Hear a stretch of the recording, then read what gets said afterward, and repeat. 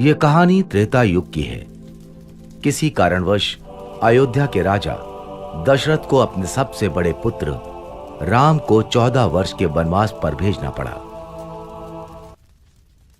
राम, मैं तुम्हें 14 वर्ष के वनवास पर भेजता हूं। जैसी आपकी आज्ञा पिताजी, मैं शीघ्र ही वनवास के लिए चला जाऊंगा। लेकिन उनकी पत्नी सीता उनके बगैर अकेली नहीं रह सकती थी, इसलिए उन्होंने राजा दशरथ से कहा, पिताजी, जब मेरे पति ही नहीं होंगे तो मैं इस महल में रहकर क्या करूंगी? कृपया मुझे भी इनके साथ वनवास जाने की अनुमति दीजिए। और फिर लक्ष्मण ने भी कहा, पिताजी, मुझे भी भैया राम के साथ जाने की अनुमति दीजिए, क्योंकि राम के बिना लक्ष्मण कुछ भी नहीं है। सीता और लक्ष्मण की विनती सुनकर राजा दशरथ ने कहा, समय मुझे तो मेरे राम से दूर कर रहा है, किंतु मैं तुम्हें तुम्हारे प्रिय राम से दूर नहीं कर सकूंगा। इसलिए मैं तुम्हें राम के साथ जाने की अनुमति देता हूं। कुछ दिनों पश्चात राजा दशरथ से अनुमति पाकर राम, सीता और लक्ष्मण के साथ वनवास के लिए चले गए। वो तीनों वन में कुटिया बनाकर रहने लगे। सब कुछ सही चल रहा था। फिर एक दिन शूर्पणखा नाम की राक्षसी वहां से गुजर रही थी। तभी उसने राम और लक्ष्मण को देखा और सोचने लगी, ये दोनों तो अत्यधिक सुंदर हैं और बहुत बलशाली भी ज्ञात होते हैं। मैं इनमें से ही किसी एक से विवाह करूंगी। ये सोचकर उसने अपनी राक्षसी शक्तियों से एक सुंदर स्त्री का रूप धारण किया और वो राम लक्ष्मण के पास गई।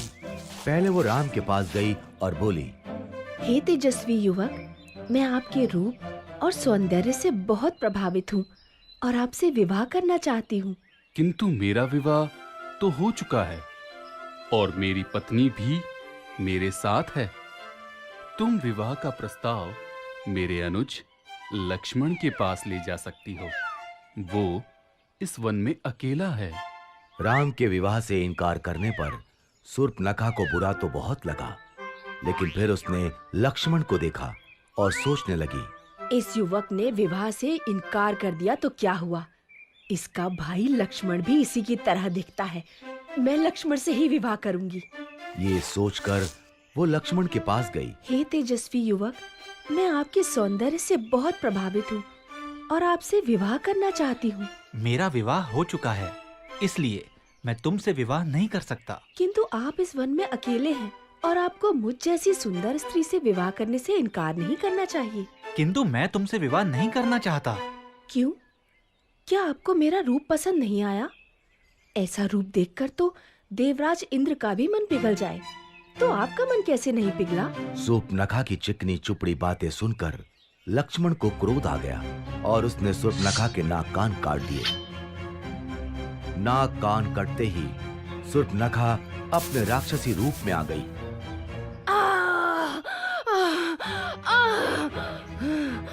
राम लक्ष्मण ने उसका ये राक्षसी रूप देखा तो वो हैरान रह गए। भैया, ये तो एक राक्षसी है। मैं अभी इसका वध कर देता हूँ। नहीं लक्ष्मण, इसे जाने दो। शूर्पणखा रोती हुई वहां से चली गई और सीधे अपने भाई लंका के राजा रावण के पास पहुंची। उस समय रावण अपने मंत्रीगण के साथ राज दरबार में बैठा था। भैया रावण, देखिए आपकी बहन शूर्पणखा के साथ क्या हुआ। शूर्पणखा, तुम्हारा यह हाल किसने किया? तुम मुझे उसका नाम बताओ, मैं अभी उसका वध कर देता हूँ। भैया, वन में दो भाई राम और लक्ष्मण रहते हैं। उन्हीं में से एक ने मेरे कान और नाक काटे हैं। तुम यहीं रुको, मैं अभी उसका सिर धड़ से अलग करके लाता हूँ। नहीं भैया, उन्होंने एक स्त्री का अपमान किया है, इसीलिए इसका प्रतिशोध भी आपको ऐसे ही लेना होगा। क्या मतलब? मतलब ये कि उन दोनों भाइयों के साथ एक अत्यंत सुंदर स्त्री भी है। आप उसका हरण कर लीजिए। सीता का हरण होने से राम वैसे ही मर जाएगा। रावण ने शूर्पणखा की बात मान ली वो एक मायावी राक्षस मारीच के पास गया और बोला, मारीच, मुझे तुम्हारी आवश्यकता है। आज्ञा कीजिए लंकेश। मैं राम की पत्नी सीता का हरण करना चाहता हूँ। इसमें मुझे तुम्हारी सहायता चाहिए। किंतु मैंने सुना है राम बहुत वीर है। अगर उन्हें ज्ञात हुआ कि मैंने उनकी पत्नी को हरने में आपकी सहायता की है तो वो मेरा वध कर देंगे। और अगर तुमने मेरी सहायता करने से मना किया तो मैं अभी यहीं तुम्हारा वध कर दूंगा। मारीच समझ गया कि उसके पास अब कोई मार्ग शेष नहीं बचा है और उसे रावण की सहायता करनी ही पड़ेगी। वो दोनों वन पहुंचे। वहां रावण की तरकीब के अनुसार मारीच ने एक सोने के हिरण का रूप बनाया और वो राम की कुटिया के आसपास टहलने लगा। जल्द ही सीता की नजर उस पर पड़ी। स्वामी, मुझे वो सोने का हिरण चाहिए। ठीक है, मैं अभी उसे तुम्हारे लिए लेकर आता हूँ। ये कहकर राम अपने धनुष बाण के साथ उस हिरण की तरफ चल दिए। भागते भागते बहुत देर हो गई, लेकिन वो हिरण राम के हाथ नहीं आ रहा था। आखिरकार राम ने धनुष पर बाण चढ़ाया और हिरण की तरफ छोड़ दिया। बाण हिरण को जा लगा। बाण लगते ही मारीच अपने असली रूप में आ गया और आवाज बदलकर राम की आवाज में कराहता हुआ चीखने लगा, सीते, लक्ष्मण! लक्ष्मण, लगता है तुम्हारे भैया किसी संकट में हैं। तुम जल्दी जाओ। लक्ष्मण जानते थे कि ये राक्षसों की चाल है, लेकिन वो सीता को मना नहीं कर सकते थे। इसलिए उन्होंने कुटिया के बाहर बाण से लक्ष्मण रेखा बनाई और सीता से बोले, माता जो भी हो, आप इस लक्ष्मण रेखा से बाहर मत आना। और वो आवाज की दिशा की तरफ चल दिए। लक्ष्मण के जाते ही रावण वहां आया और तपस्वी का रूप धारण कर सीता की कुटिया पर पहुंचा।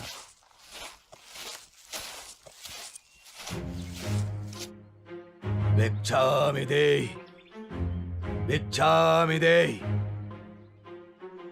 ये लीजिए ऋषिवर, भिक्षा स्वीकार कीजिए। रावण भिक्षा लेने के लिए आगे बढ़ा। तभी उसने लक्ष्मण रेखा को देखा और सीता से कहा, यदि भिक्षा देनी है तो बाहर आओ, नहीं तो ये तपस्वी बिना भिक्षा ग्रहण किए ही तुम्हारे द्वार से लौट जाएगा। सीता किसी तपस्वी को खाली हाथ नहीं जाने दे सकती थी, इसलिए वो लक्ष्मण रेखा से बाहर आईं। उनके ऐसा करते ही रावण ने उन्हें पकड़ लिया और वो अपने असली रूप में आ गया।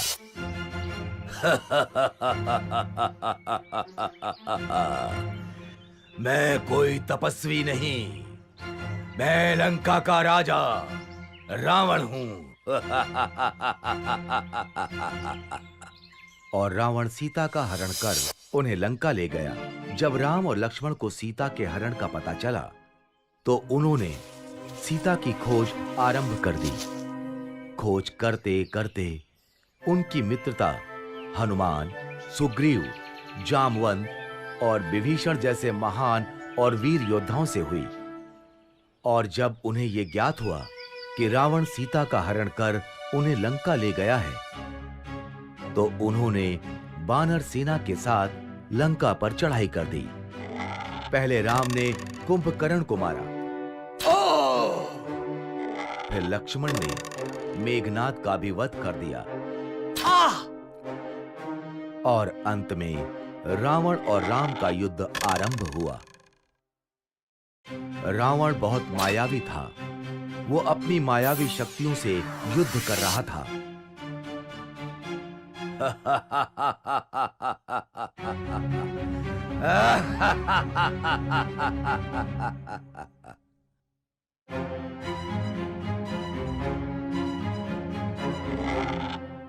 राम के तीर उसे कुछ क्षति नहीं पहुंचा पा रहे थे।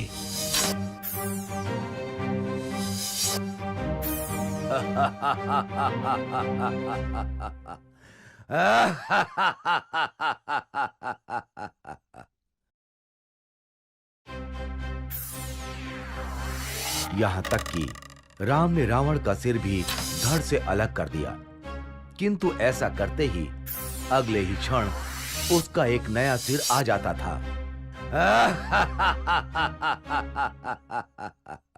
ये रावण मरता क्यों नहीं? तभी विभीषण वहां आए और उन्होंने राम से कहा, प्रभु, आप रावण की नाभि पर वार कीजिए, तभी रावण का वध होगा।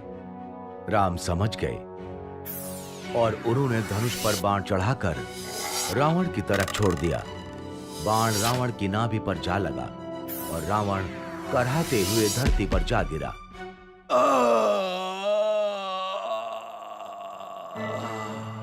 इस तरह राम ने रावण का वध किया और सीता को लंका से छुड़वा लिया।